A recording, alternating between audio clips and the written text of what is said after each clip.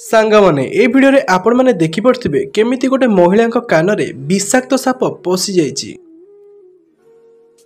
हाँ सांगमाने गत किछि दिन अब सोशल मीडिया रे ए भिडियोटी बहुत मात्रा रे भाइराल होबार लागिछि, जोउथिरे कि आपण माने देखि पड़थिबे गोटे अति विषाक्त सापटी महिला कान भितरे पशि जाइछि। आ बहुत परिश्रम कले मध्य से सापटी बाहर को बाहरिबार ना धर। डॉक्टर जेतेबेले साप को काढुचंती से केते जोरे आ काढुछि।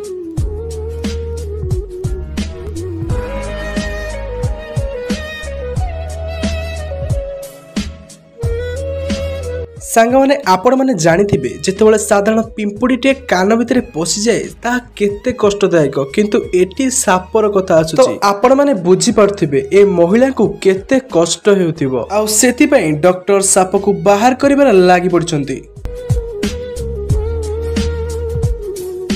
तो सांगमाने आपन कोन लागुछि, कोन डॉक्टर ए सापटी को बाहर करिबे सक्षम हेबे ना नाही? एमती वायरल वीडियो जदि आपन को देखिबार अछि ए वीडियो को लाइक कर दियंतु और चैनल को सब्सक्राइब कर दियंतु। आमे एमती वीडियो आपन पय आनुतबो रहउछु, पुणी देखाबो आ गोटे नुवा वायरल वीडियो रे। सेति पर्यंत जय जगन्नाथ।